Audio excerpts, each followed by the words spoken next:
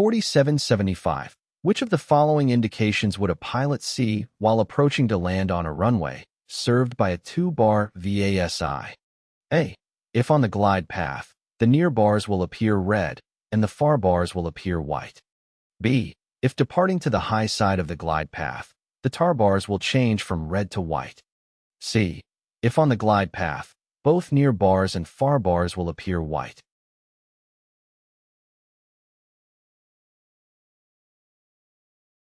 The correct answer is B.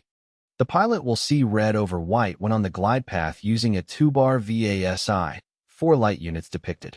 The aircraft crosses the transition zone for the far bars as it levels off and diverges above the visual glide path. As soon as the far bars change from red to white, the aircraft will be flying over the glide path. See the illustration below. 4776. The middle and far bars of a 3-bar VASI will A. Both appear white to the pilot when on the upper glide path. B. Constitute a 2-bar VASI for using the lower glide path. C. Constitute a 2-bar VASI for using the upper glide path.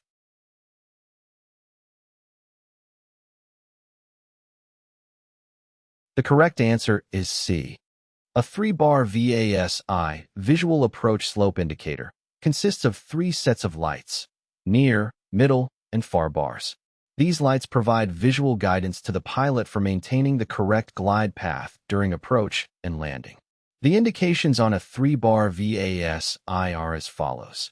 If the aircraft is on the upper glide path, above the desired glide path, the near bars will appear red, the middle bar will appear white, and the far bar will be invisible or not visible. If the aircraft is on the correct glide path, the near bars will appear red, the middle bar will appear white, and the far bar will also appear white. If the aircraft is on the lower glide path, below the desired glide path, the near bars will appear red, the middle bar will be invisible or not visible, and the far bar will appear white. Therefore, the middle and far bars of a 3-bar VASI constitute a 2-bar VASI when using the upper glide path. 4778. When on the proper glide path of a 2-bar VASI, the pilot will see the near bar as A. White and the far bar is red. B. Red and the far bar is white. C. White and the far bar is white.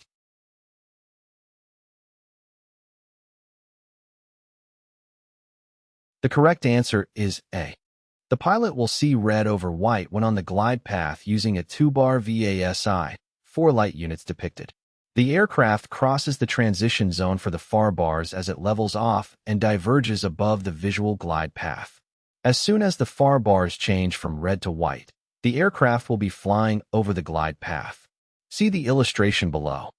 4779. 1F. An approach is being made to a runway that has an operating 3-bar VASI, and all the VASI lights appear red as the airplane reaches the MDA. The pilot should A. Start a climb to reach the proper glide path. B. Continue at the same rate of descent if the runway is in sight. C. Level off momentarily to intercept the proper approach path.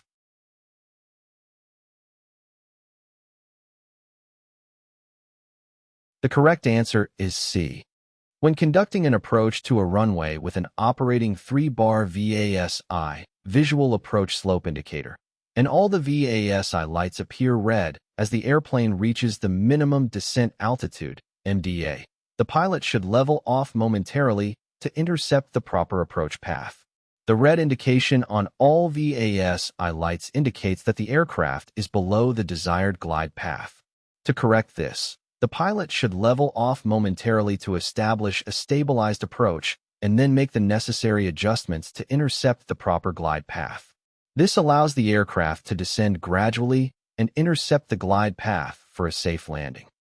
4781. Which approach and landing objective is assured when the pilot remains on the proper glide path of the VASI? A. Continuation of course guidance after transition to VFR.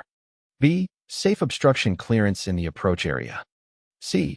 Course guidance from the visual descent point to touchdown.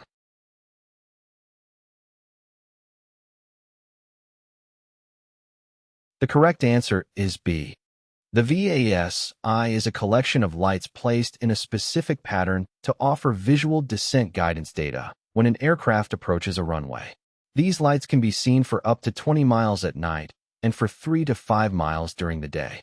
Safe obstacle clearance is provided by the VASI's visual glide path up to 4 nm from the runway threshold and within 10 degrees of the extended runway centerline.